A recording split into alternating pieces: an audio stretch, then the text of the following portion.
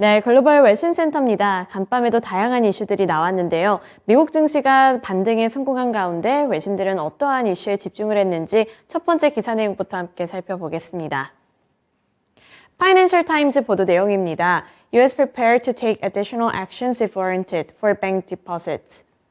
네, 옐런 장관이 새롭게 발언을 내놨습니다. 어떠한 이슈였는지 주요 코멘트부터 함께 살펴보겠습니다.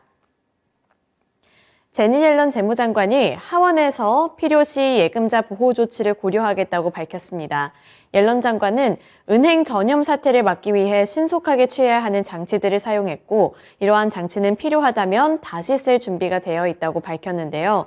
미국인들의 예금을 안전하게 지키기 위해 최근 조치가 취해졌는데 정당한 이유가 있다면 추가 조치를 취할 준비가 되어 있다고 밝혔습니다. 여기서 최근 조치가 의미하는 바는 파산했던 이 실리콘밸리 은행 그리고 시그니처 은행의 예금을 보장 한도 25만 달러를 모두 넘기더라도 모두 보장해주는 것을 의미를 하고 있습니다. 또 추가 조치란 예금 전액 보증을 다시 적용할 수 있다는 얘기인데요.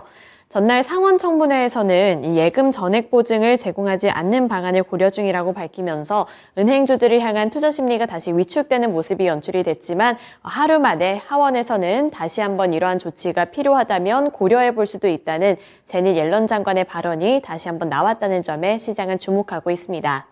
네, 넘어가서 두 번째 기사 내용 살펴보시죠. CNBC 보도 내용입니다. Biden's approval slips to 38% near the lowest of his presidency, new poll says. 네, 바이든 대통령과 지지율 이 두 가지에 관련되어 있는 내용이었는데요. 어떠한 내용인지 함께 살펴보도록 하겠습니다. 헤드라인부터 함께 살펴보시죠. 바이든 대통령의 지지율이 38%로 하락했습니다.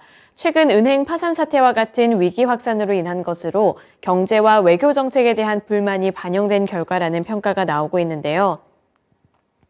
현지 시간 23일 AP통신과 시카고대 여론연구센터가 지난 16일부터 20일까지 미국의 성인 1,081명을 대상으로 진행한 조사에 따르면 바이든 대통령의 임무수행 지지율은 38%로 집계가 됐습니다. 해당 조사 기준 지난해 7월 최저치를 기록한 36%에 근접한 수치인데요. 올해 들어서 바이든 대통령의 지지율은 40%대를 안정적으로 유지를 하면서 상승세를 이어왔습니다만 최근에 이렇게 불거졌던 은행의 파산 사태 그리고 금융위기설이 재부각되면서 이러한 부분들에서 불만이 나타나고 있다는 겁니다.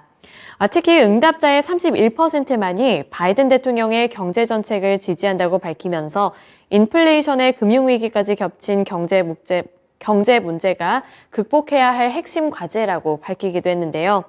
미국 경제가 좋은 상태며 올바른 방향으로 나아가고 있다고 응답을 한 사람은 전체의 4분의 1에 불과했습니다. 이렇게 은행 위기에 대한 우려감이 불거지면서 최근에 지속적으로 상승 흐름을 나타냈던 바이든 대통령의 지지율까지도 타격을 받고 있다는 점을 짚어줬습니다. 넘어가서 세 번째 기사 내용 살펴보겠습니다. CNBC 보도 내용이고요. Bank of England hikes interest rates by 25 basis points after inflation surprises. 네, 전날에 영국에서는 인플레이션을 다시 한번 밝힌 바 있습니다. 다시 한번 상승하는 모습이 나타났는데요. 이와 관련해서 영란은행이 어떠한 결정을 내렸는지 헤드라인 코멘트부터 함께 살펴보도록 하겠습니다.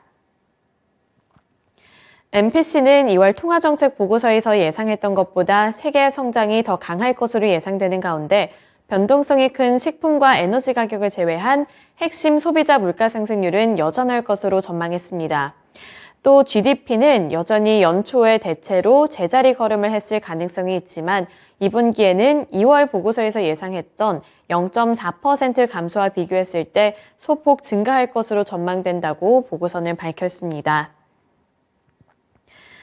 따라서 이 정책회의를 연 영국 은행에서는 금리를 4%에서 4.25%로 25bp 올렸습니다. 10일의 연속으로 인상을 한 수준이고요. 현재 금리 수준은 글로벌 금융위기 이후 가장 높은 수준이라고 볼 수 있습니다. 이 뱅크 오브 잉글랜드 영란은행이 인상 기조를 이어간 것은 높은 물가 탓이었는데요. 특히 전날에 나왔던 영국의 지난달 소비자 물가지수인 CPI 상승률은 시장의 예상치를 훨씬 상회하면서 10.4%를 기록했습니다. 이로 인해서 당초 금리 동결 전망이 많았던 분위기가 흐트러지면서 이렇게 25bp로 다시 한번 금리 인상에 나섰다는 평가가 나오고 있습니다. 마지막 기사 내용 함께 살펴보시죠. 월스트리트 저널 보도 내용이고요. Ford says it will lose $3 billion on EVs this year as it touts startup mentality. 네, 포드와 같은 내연기관 자동차 그리고 완성차 업체들이 최근에는 전기차로 방향을 바꾸는 듯한 모습을 나타내고 있는데요. 하지만 이러한 부분들이 순탄하게 흘러갈 것으로만 보이지는 않습니다. 어려움도 상당히 겪을 것이다. 이런 전망이 나오고 있는데 어떠한 내용인지 헤드라인 코멘트부터 함께 살펴보시죠. 포드가 전기차 사업의 막대한 비용과 시간 소요를 이유로 올해 3조 8천억 원의 적자를 기록할 것으로 예상을 했습니다. 미국 포드가 올 한 해 전기차 사업 분야에서 30억 달러로 하나로 봤을 때 약 3조 8천억 원의 적자를 예상한다고 외신들은 보도를 했는데요. 지난해 포드의 전기차 분야 적자 규모는 21억 달러로 하나로 봤을 때 약 2조 7천억 원에 달했었고요. 전년도에는 9억 달러로 하나로 봤을 때 약 1조 1,500억 원에 달했습니다. 이렇게 수치를 살펴보면 시간이 흘러갈수록 적자 규모가 더 늘어나고 있다는 점을 살펴볼 수 있었는데요. 올해에도 마찬가지로 적자 폭이 큰 폭으로 나타날 것으로 전망을 했습니다. 당장 전기차 분야에서 낼 수 있는 수익은 높지 않지만 천문학적인 투자가 필요하기 때문에 수익은 적고 하지만 들어가는 비용이 높다는 점이 문제로 짚히고 있는데요. 포드는 오는 2026년까지 세계적으로 1년에 200만 대의 전기차를 생산할 계획이라고 밝힌 바 있습니다. 특히 포드는 연 200만 대의 전기차에 들어가는 배터리의 70%를 자체적으로 확보한다는 목표 아래에 조만간 켄터키주와 테네시주에 3개의 배터리 공장 설립에 착수하겠다고 밝힌 바 있는데요. 이렇게 된다면 투자 비용이 더 늘어나게 되고 투자 비용이 늘어나는 만큼 전기차 분야의 적자 규모는 더 늘어날 것이라는 이야기입니다. 하지만 포드는 현재 전기차 분야에서 적자가 나는 것은 당연하다는 입장이라고 밝혔는데요.